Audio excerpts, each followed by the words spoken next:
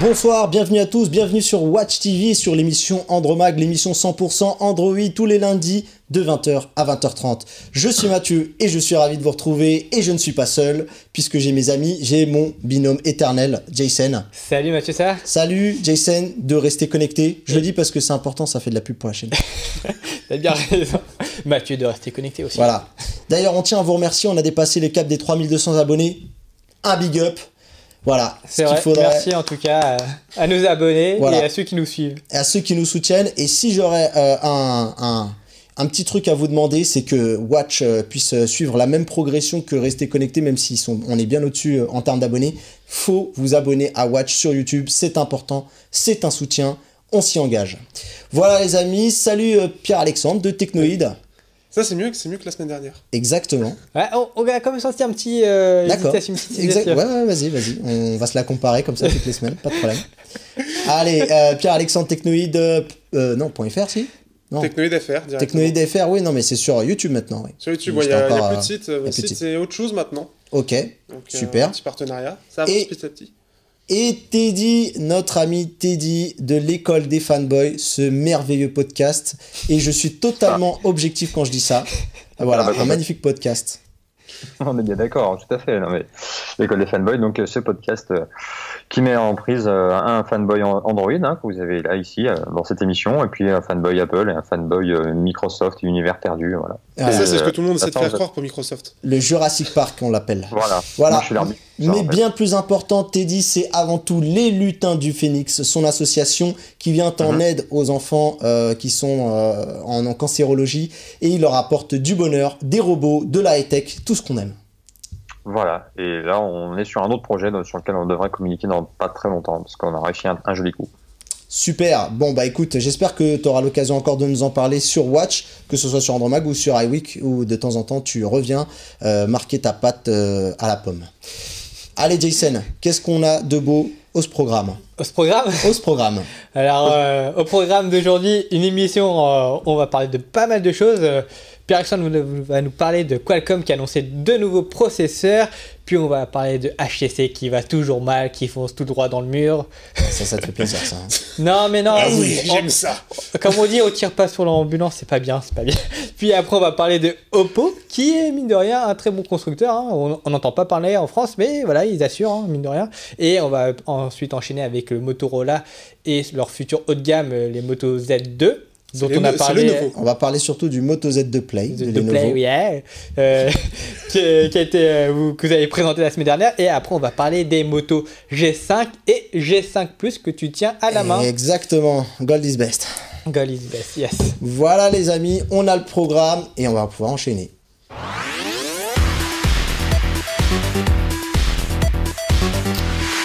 Pierre-Alexandre, du nouveau chez Qualcomm. Alors je sais que toi tu es très très fan de Mediatek, mais on peut pas toujours parler de Mediatek. Et je suis réconcilié avec Qualcomm avec le Snapdragon 625. Ah, mais là, ils ont encore mieux pour toi, un 630 et un 660. Alors dis-nous tout. Qu'est-ce que c'est que ces puces magiques qui incluent un processeur, une carte graphique et toutes les technologies qu'il faut bien pour communiquer? Fais attention d'ailleurs Jason, parce que si tu dis encore processeur pour dire un SoC, oui, c'est vrai. Qualcomm va te mettre un petit procès, tu vas voir. Tu vas te prendre un coup de spec. Donc en fait on a 2 processeurs qui vont remplacer le Snapdragon 626. Toi aussi t'as dit processeur. Oui. Ouais, c'est dans les habitudes. Il faut parler à tout le monde. Voilà. Faites alors, que je dis. Qu'est-ce que nous dit ces socs? On y va ou pas? C'est dissipé ici à chaque fois, c'est le bordel. C'est de sa faute. C'est le Jean Lassalle, faut l'excuser. D'accord, bon on y va, c'est parti. Donc on a le Snapdragon 630 qui remplace le Snapdragon 626. Qui lui-même remplace le Snapdragon 625. En soi, les deux sont quasiment la même chose. Donc c'est comme s'il remplaçait le 625. D'accord. Le 630, c'est un octo-cœur, donc 4 fois du Cortex A53 2,2 GHz et 4 fois 1,8 GHz. Donc du coup, attends, cette configuration des 4 fois, ça correspond à quoi comme utilisation C'est du milieu de gamme. Donc en gros, c'est plus un SoC qui est prévu plus pour du 300-400 € en termes de configuration. On trouverait des téléphones à ce prix-là. On aura un processeur graphique, un Adreno 508, donc, qui en gros est 30% plus performant que l'Adreno 506 du Snapdragon 625. On va avoir du 4G LTE catégorie 12. Donc là, on monte très très haut. Je suis pas sûr que ce soit forcément intéressant. Non. Enfin, pas pour nous en tout cas, au niveau des réseaux, mais bon, il n'y a pas que nous. Après, plus tard, mais vraiment plus tard pour le coup. Par contre, là où on va avoir une bonne chose, c'est le Bluetooth. Le Bluetooth qui passe en 5.0. Alors là, pour le coup, grosse avancée. Par contre, ça veut peut-être dire qu'on va avoir le jack qui va partir. Oh, la big jack, pas sûr. Ça dépend de la volonté des constructeurs. Oui, voilà, c'est ça, c'est les constructeurs qui vont... Ça, on verra, mais j'ai peur de ça. Et pour finir, on a du Quick Charge 4.0 au programme aussi, ce qui est plutôt bien, et gravure en 14 nanomètres. Donc déjà que le Snapdragon 625 était très intéressant, là c'est une petite amélioration, mais ce sera surtout pour la partie, d'ailleurs les coprocesseurs, la partie photo notamment, la partie puce audio, etc., qui va être un peu améliorée, donc avec des processeurs un petit peu plus évolués. Donc ils prendront en charge de meilleurs capteurs plus puissants, avec, on voit qu'ils parlent pas mal de zoom numérique. Alors, en fait, exactement, avec de stabilisation, pardon, je voulais dire. La stabilisation, mais ils n'en parlent pas exactement, parce que le problème, c'est qu'ils nous parlent de ces coprocesseurs, mais on ne sait pas exactement ce qu'il y a derrière. Donc ça qui est un peu dommage. Mais en gros, on passe d'un... Il va avoir un nouveau processeur au niveau de la photo qui va être un Spectra 160. Après, il faut se renseigner, parce que je vous avoue que là, pour le coup, il ne communique pas exactement. Même moi, donc Specman, on est parti tout là-bas, quoi. Ah ouais, là, c'est catastrophique. Ok, après, ouais, vas-y. On a le Snapdragon 160. Alors lui, c'est un peu différent puisqu'il va utiliser des cœurs Cryo. Donc en gros, ça reprend les Cortex de chez ARM. Il les modifie un peu à leur sauce, pas beaucoup, et ça donne les cœurs Cryo. Il faut savoir que le Snapdragon 835 utilise des cœurs Cryo 280. Là, on est sur du Cryo 260, donc un peu en dessous. En gros, ça remplace le Snapdragon 652, 653, et ce sera à peu près 30% plus performant. Donc on garde l'octo-cœur, donc 4 cœurs à 2,2 GHz et 4 cœurs à 1,8, mais cette fois-ci en Cryo 260. On va avoir un Adreno 512 qui va être aussi 30% plus performant que le 510. Pareil, Bluetooth 5.0, Quick Charge 4.0, gravure en 14 nanomètres, un gros changement par rapport au 28 nanomètres, donc ça fait une consommation bien meilleure et une chauffe bien meilleure. D'accord. Donc du coup, en gros, on peut s'attendre à des spécificités un peu... Le 660, on peut dire, en gros, c'est un 820 un peu bridé au niveau carte graphique. Niveau plus graphique, en partie processeur, moins performant en partie graphique. Par contre, Bluetooth 5, etc., il va y avoir quand même de bonnes améliorations sur tout ce qu'il y a autour du processeur. Ok, bon bah écoute, je pense qu'on a fait le tour et j'espère que vous avez pris votre aspirine avec vous. C'était l'instant Specman. Allez, HTC, et qui se fait plaisir, c'est toi? C'est moi, on va parler d'un sujet un peu plus léger, si je puis dire, après être passé derrière. Qu'est-ce qu'il faut? Il faut mettre un petit peu de niveau là-dedans. Allez, du coup, HTC qui va toujours mal, hein. C'est triste à dire. Ça dépend, j'ai l'impression que certains, ça leur fait plaisir. Mais dis-nous tout, pourquoi ça va pas? Qu'est-ce qui va pas? HTC enregistre des baisses et encore des baisses. Par exemple, là, ce trimestre-là, ils ont enregistré une baisse de 9,30%, ce qui représente un chiffre d'affaires de 142 millions de dollars. On pourrait dire que c'est bien, mais c'est toujours mauvais pour HTC qui rentre pas dans leurs frais. Hein. Et les Google Pixel là-dedans? Ah non, ça c'est le moins qu'on puisse dire qu'ils rentrent pas dans leurs frais. Oui, c'est triste à dire. Et par rapport à l'année encore précédente, donc en 2015, c'est une baisse de 18%. Donc voilà, il y a quand même une grosse chute d'année en année pour HTC. Et pour ce trimestre-là, ils ont réussi à faire un chiffre d'affaires de 581 millions de dollars. Ce qui est également toujours encore une baisse de 6,45% par rapport à l'année dernière. Donc voilà, c'est vraiment une mauvaise année pour HTC qui n'arrive pas à remonter la pente. Et surtout que c'est les mauvaises années qui s'enchaînent. Oui, c'est ça qui est un peu flippant. Et est-ce qu'on t'es dit juste en deux mots, est-ce que tu penses qu'on tient peut-être la première victime du monde des smartphones? Tu vois, on voit que BlackBerry, mine de rien, peut-être est en train de rebondir avec sa proposition. Est-ce que tu penses que HTC, c'est vraiment une marque qui est amenée à disparaître ou à être rachetée? Pourquoi pas? Alors pour HTC, ça devient compliqué parce qu'en fait, moi je vais vous donner deux petits chiffres très rapides pour mettre un petit peu tout ça en perspective. C'est-à-dire que là, en l'occurrence, c'était le 8e trimestre de perte consécutive pour HTC, sachant qu'à chaque trimestre, ils perdent environ 120 millions d'euros par trimestre. Ce qui veut dire, en gros, vraiment, quand on fait le calcul vite fait comme je l'ai fait, chaque jour qui passe depuis 2 ans, HTC perd 1 million d'euros par jour. Donc il y a forcément un moment donné où ça va devoir s'arrêter, quoi. Ah bah c'est sûr que c'est pas comme perdre 50 €. C'est sûr que là, voilà. Ça peut faire mal, mais voilà, 1 million, c'est beaucoup. Exactement. Donc en tout cas, on espère quand même voir cette marque rebondir. On en parle beaucoup en ce moment. Ils ont une nouvelle proposition à nous faire. Avec la gamme U. Voilà, et avec le Sense Edge qui devrait révolutionner les usages. On en a parlé. Ils vont revenir avec cette fameuse proposition d'un téléphone qui est pas super ambitieux en termes de design, mais en termes de d'utilisation, de nouveautés, à quelque chose à proposer. Alors on sait que c'était pas les premiers. On en avait déjà parlé avec Teddy. Mais bon, là, il tend à démocratiser une utilisation sur les côtés, puisque ZTE avait déjà fait une proposition. Je suis curieux de voir comment le public va réagir à ce niveau-là. On ne peut pas se prononcer. Nous, on espère l'avoir en main, et je vous promets que je serai garant que si c'est bien, ce ne sera pas Jason qui va le dire. Je suis garant de cette marque. Je vais la protéger. Pourquoi on voit un couple Est-ce que HTC nous permettrait d'avoir des couples plus facilement? Écoute, ça sera peut-être la nouvelle fonctionnalité. On ne sait pas. Moi, je dis HTC, achetez HTC si c'est pour ça. Allez, on avance. Par contre, si c'est sans jack, c'est Jason de revenir pour ça. Alors, on va parler d'Oppo.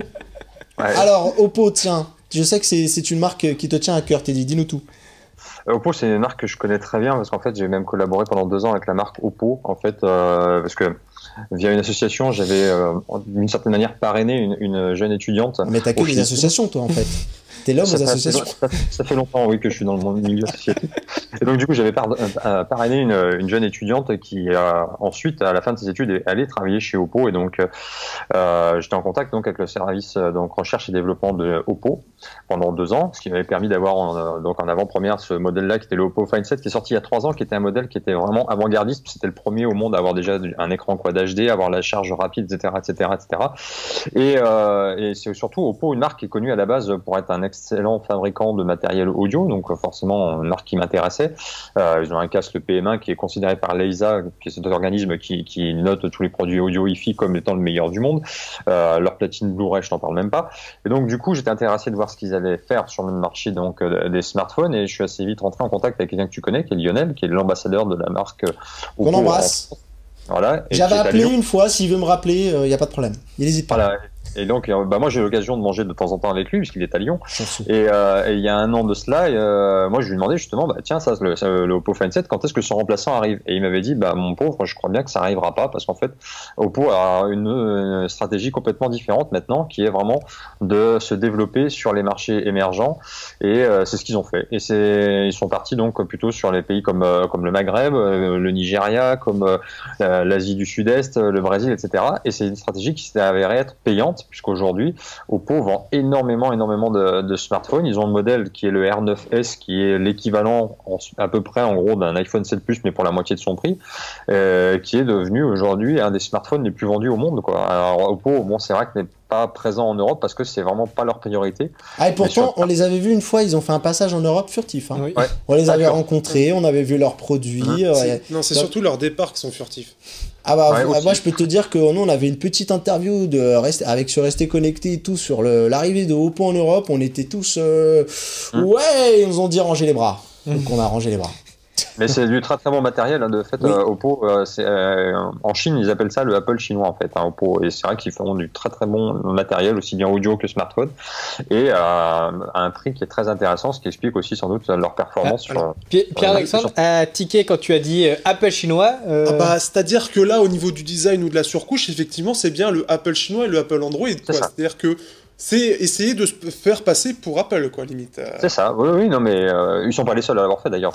Mais eux, ils sont un niveau dessus, quoi. C'est-à-dire, on avait Meizu, Xiaomi, alors eux...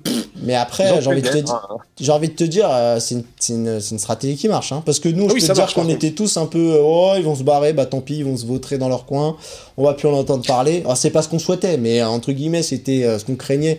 Parce que quand tu te replies, quand tu t'annonces une expansion et que tu te replies, c'est plutôt mauvais signe. Mais au final, ils ont tout compris, en fait. Hein. En fait, ce qui se passe, c'est surtout, et ça, j'ai eu l'anecdote via Belchine, je sais pas s'il regarde, mais bonjour à toi, qui, lui, est parti en Chine pour aller voir ses partenaires, etc. Et lui, quand il y est allé, dans tout ce qui est métro, etc., mais c'est blindé d'affiches Oppo, quoi.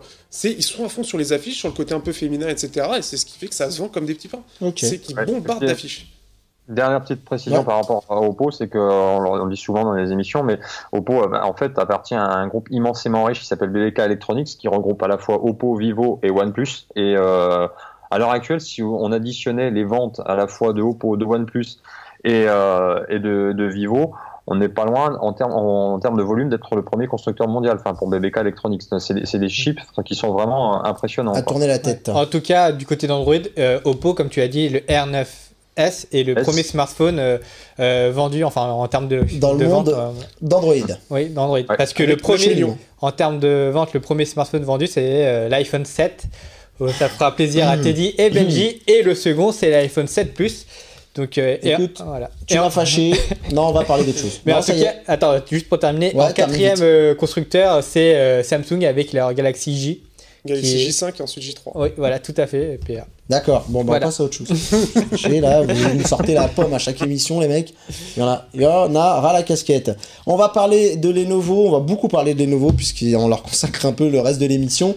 Alors, une rapide news, le Moto Z2 Play, on en a déjà parlé, ce nouveau smartphone qui va arriver, qui va succéder au Moto Z Play, qui sera modulaire, qui est le modèle en dessous du modèle haut de gamme, qui est le Moto Z, et qui sera le Moto Z2. Donc là, on peut voir le design. On a vu le design, on l'a déjà longuement commenté, on va pas s'attarder, mais il y a une petite info qui est sortie qui risque de faire tiquer pas mal de monde, et moi aussi en premier, parce que Evan Blass qui est derrière le compte Twitter Evlix, qui est un leaker, un gros quelqu'un qui donne des informations qui sont confidentielles, assez précises et assez là quand c'est Evlix qui commente, c'est jamais plus de la rumeur, c'est de l'information qui se tient la route. Et apparemment on aurait une batterie moins importante pour ce Moto Z2 Play que sur le Moto Z Play. Pour vous donner un exemple, le Moto Z Play, c'est quasiment, selon moi, le smartphone le plus autonome que, en tout cas, moi, j'ai pu tester. Il avait une autonomie de folie. Il faisait plus de 10 heures en vidéo. C'était vraiment franchement, moi, j'arrivais pas à le fatiguer. Et Dieu sait que j'ai une utilisation assez intensive avec tous les réseaux sociaux qui se synchronisent derrière. Et là, on passe d'une batterie qui était de 3510 mAh sur ce Moto Z Play à 3000 mAh derrière le Moto Z2 Play. Alors, qu'est-ce qui se passe? D'ailleurs, ce qui se dit derrière me plaît pas beaucoup, c'est que apparemment ce Moto Z Play a été suffisamment bon pour faire de l'ombre à l'appareil haut de gamme qui était le Moto Z Play, qui avait pas une batterie aussi grosse, parce que justement ils avaient misé sur l'ultra finesse, c'était un des téléphones haut de gamme les plus fins du marché. Et là, ils ont décidé de sacrifier une des plus-values sur ce Moto Z2 Play. En plus de la modularité, c'était son côté autonome que j'avais envie de recommander à tout le monde. Rapidement, il va avoir des specs qui sont annoncés: un Snapdragon 626, 4 Go de RAM, 32 Go de stockage, un capteur de 12 mégapixels avec une ouverture 1.7 qui est une très très bonne ouverture pour tout ce qui est photo basse luminosité. Voilà, on a un petit peu fait le tour de cette information. Je vous propose qu'on attaque sans plus tarder les tests du Moto G5 et du Moto G5 Plus.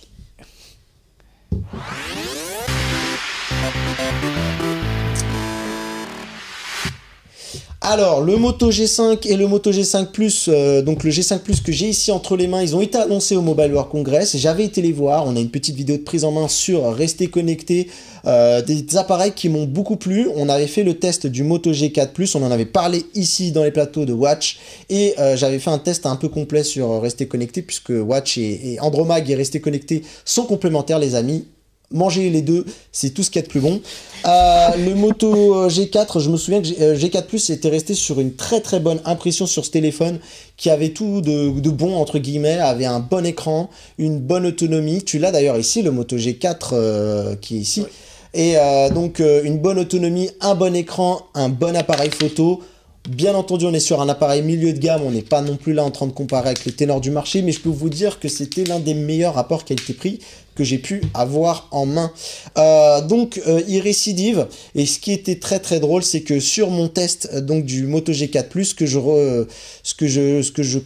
les points négatifs que j'énonçais, je vais y arriver, c'était le lecteur d'empreintes. Donc si tu peux me montrer le Moto G4 Plus, que je trouvais, moi, pour le coup, pas beau. Voilà. Oui, clairement, même le Moto Z Play d'ailleurs, qui avait gardé ce même exactement, principe. Ce côté carré très très moche. Préfère, bon après c'est une question de goût, hein, mais voilà, j'aime beaucoup plus la nouvelle version de ce capteur d'empreinte, qui est plutôt sympa. Et également, ce que j'avais un petit peu reproché, c'est que Lenovo faisait une proposition tout en plastique sur une gamme de prix à 300 €, là où on commençait à avoir du métal Et ben, ils m'écoutent apparemment, il faut voir ce qui se dit. Hein. Et à mon avis, ils doivent regarder nos vidéos, ils doivent analyser les plans et ils doivent se dire, Mathieu a raison, on va lui mettre du métal. Et les amis, bah ici, on a du métal. Alors au-dessus, on a du plastique pour laisser passer les ondes. Et donc, on a du métal, que ce soit sur le Moto G5 et le Moto G5 Plus. Donc là, c'est le Moto G5, ce petit frère. Alors, on va regarder un petit peu l'écran, hein, Jason, je te déverrouille l'écran. On est sur un écran de 5,2 pouces Full HD, donc pour le Moto G5 Plus. Toi, de ton côté, sur le Moto G5, Jason, on est plutôt sur un form factor un peu plus petit. Oui, c'est du 5 pouces et c'est de l'HD. Voilà, donc... 5 pouces, oui. Voilà. On est sur du IPS LCD avec des couleurs vraiment topissimes. Moi, j'aime beaucoup. Je tiens juste à corriger, j'ai dit HD, mais c'est du Full HD. D'accord, c'est du Full HD. Ouais, bah écoute, ça m'aurait... le contraire m'aurait étonné. En tout cas, l'écran, pour ce qui est des couleurs, il rend plutôt bien. Super. Donc là, c'est juste le capteur photo, juste pour vous montrer. J'ai pris des petits clichés avec et il rend plutôt bien. Ouais. Bah nous aussi, on a aussi normalement des petites photos qui devraient voir arriver. Alors, qu'est-ce qu'on a? On a quand même un Snapdragon 625 dessus. Peut-être un peu vieillissant, non? Non, parce que là, on est sur quelque chose... à 300 €, c'est à peu près là où on le trouve. Le téléphone qui était sorti avant, c'était à 400 €. Ouais. Et c'est un très très bon processeur d'ailleurs. Et tu as raison. Après, je pense que Qualcomm a un peu de retard sur ses SoC aussi.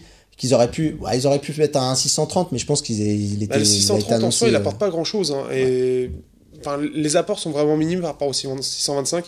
Ils n'ont pas d'intérêt pour cet appareil-là, pas à ce prix-là. On est sur 4 Go de RAM. Je sais plus si on était sur 4 aussi également, il me semble que oui. Sur le G4 Plus, non, c'était 2 Go de RAM. Ouais, t'avais un modèle à 3 ou 4, hein, je sais plus. Je sais que moi j'avais un modèle un petit peu plus au-dessus. Enfin bref, on est sur, qu'est-ce qu'on peut vous dire, une batterie de, j'ai pas pris la batterie, ouais, c'est du 3000 mAh que je vous dis pas de bêtises. 3000 mAh. Voilà pour la batterie. De ton côté, toi, Jason? Alors moi, donc du coup, au niveau des caractéristiques, comme je l'ai dit, j'ai un écran de 5 pouces Full HD avec un appareil photo de 13 mégapixels à l'arrière et du 2 à l'avant, si je ne me trompe pas, 3 Go de RAM et un Snapdragon 430 pour le SoC, hein, Pierre-Alexandre. Et au niveau de la batterie, on retrouvera une batterie de 2800 mAh. Et combien de stockage? Cette version-là a du 16 Go de stockage, il me semble, et on peut également l'étendre avec le port micro SD, et il faut savoir que ce téléphone est double SIM, donc nativement. Donc vous aurez le choix entre mettre deux SIM, à mon avis, et plus une carte SD. Je vais montrer quelque chose qui devient très très rare sur Android, enfin sur même les smartphones en général. Oui, dis-moi. C'est qu'on peut enlever la coque au dos. Et oui, alors celui-là, moi tu sais quoi, je vais t'avouer un truc, j'ai même pas essayé. Non, c'est pas sur celui-là, c'est que sur le G5. Sur le G5, d'accord. On peut l'enlever la coque. Effectivement, il me semblait que oui, j'avais entendu dire ça à Barcelone. Là, il y a l'interstice, je sais pas si vous pouvez le voir ici. Enlève-le carrément. Ouais, bah vas-y, enlève-le, on va voir hein, si tu peux l'enlever. Voilà. Moi, en attendant, après, tu me laisseras faire mon image quand même. Ouais, vas-y, fais ton image. Alors, voilà un petit peu ici ce que ça donne au niveau des photos. Je crois que, je sais pas si tu les as mis dans la playlist, Jason, les photos que j'avais préparées. Non. Ah, très bien, parfait. Parce que je ne les ai pas vues. Voilà, c'est magnifique. Donc, il a un très très bon appareil photo. Alors moi, sur le G5 Plus, vous allez rire, mais il a 12 mégapixels, là où il en a 13 sur celui de Jason. C'est pas du tout les mêmes appareils photo. Alors, Lenovo s'était vraiment emballé et nous avait dit, voilà, on a mis le même capteur que celui du Galaxy S7. Effectivement, on a le même, si vous voulez, la même ouverture 1.7 qui est, oui, c'est une très très bonne caméra. Le truc, c'est que c'est pas le... Alors, si c'est les objectifs qui doivent être très différents. Voilà, alors après, c'est aussi le traitement, parce que... malheureusement, donc du coup, j'avais prévu un petit comparatif avec le Galaxy S7 au niveau de la photo basse luminosité. Très clairement, ce Moto G5 Plus, bah oui, mais quand on te dit c'est le même capteur, hein, tu t'attends à quoi toi? Après, t'as le traitement logiciel qui peut jouer. Voilà, juste pour rappel, ils avaient fait la même chose avec le Moto G3 en disant on a mis le même capteur que le Nexus 6. Sauf que les photos n'avaient rien à voir au problème du SoC et aussi des objectifs qui sont pas du tout les mêmes. Et pour tout vous dire, très clairement, sur le S7, vous avez beaucoup plus de lumière. Voilà. Mais après, en forte luminosité, oui. Est-ce qu'il se débrouille bien ou pas En forte luminosité, oui, il se débrouille très très bien. Bah écoute, je vais te remontrer une photo peut-être de jour que je vais... Vas-y, en tout cas, pour le Moto G5, j'étais particulièrement surpris, agréablement surpris pour la qualité des clichés. En tout cas, en plein jour, il se débrouille très bien. J'ai pu faire des photos de macro. Voir si tu... Juste ce que je suis... De Macron, d'Emmanuel? De Macron, ouais. T'as fait des macros, d'accord. J'ai fait des macros, j'ai profité, j'étais au jardin des plantes, donc du coup, j'ai pu prendre en photo plein d'animaux plutôt mignons. Là, par exemple, je vous raconte un peu ma vie, hein. Là, par exemple, là, vous voyez un chat de Pala, et j'en profite pour faire un petit coucou à Florence, avec qui on faisait des vieux jeux de mots par rapport à ça. Super. On se disait, il était où le chat? Il est pas là. D'accord, super, merci. Voilà, tu me demandais une photo en extérieur, bah du coup j'ai... Et juste pour montrer que voilà, on peut retirer la coque et la batterie. On peut retirer la batterie, c'est ça, c'est une évolution par rapport au G4+, on pouvait juste retirer la coque. Oui, mais là c'est le G5 et pas le G5+. Voilà. Mais même donc, le G4 on pouvait. On a voilà ici une photo en bonne luminosité. Il fait de très très belles photos. Sincèrement, à mon avis, au niveau de ces appareils, c'est qu'on est encore sur une bonne performance de la part de Lenovo, des appareils au rapport qui a été pris très intéressant, parce qu'on est sur 199,99 pour le Moto G5 et 299,99 pour le G5 Plus. Je vais vous dire un mot sur l'autonomie. L'autonomie a l'air très très bonne parce que j'ai du mal à l'épuiser. Là où mon Galaxy S7 commence à montrer des signes de fatigue vers 16h30, 17h. Voilà, celui-ci, eh ben, il est encore très bien. Bah écoutez, pour tout vous dire, regarde, j'ai fait le test. Depuis que je suis arrivé ici, j'ai fait un peu de GPS, j'ai fait pas mal d'activités. On est encore à 36%. Franchement, c'est vraiment très très bon en termes d'autonomie, les amis. Voilà, si vous cherchez un smartphone autonome pas trop cher et qui n'a pas de surcouche, il faut le rappeler, c'est rare, mais des appareils qui sont sans surcouche et qui aura donc un suivi logiciel très intéressant, et c'est vrai que le Moto G5 Plus est sans doute une alternative avec OnePlus ou avec, on avait parlé de Wiley Fox, mais là on est sur par exemple pour le Moto G5 Plus on est sur une gamme juste pour plus finir puissante. Rapidement, moi j'ai trouvé le téléphone plutôt bien, juste je regrette les bordures de l'écran qui sont un peu épaisses. C'est ce que je veux dire, c'est un petit peu dommage. Là il y a une régression, c'est-à-dire que autant ils ont réduit un petit peu l'écran, on était à 5.5 avec les G4 et G4 Plus, là on est à 5.2. Par contre là les bords d'écran, j'ai l'impression d'être revenu en 2011 quoi. Ouais, et comme ouais, mais après est-ce que là t'avais le G4 Plus mais t'as pas le G4 Le G4 c'est le même, sauf que on avait pas la charge rapide, on avait un capteur qui était un peu moins bon et c'était tout. Très bien. Et à noter que le bouton ici il est tactile. Ouais.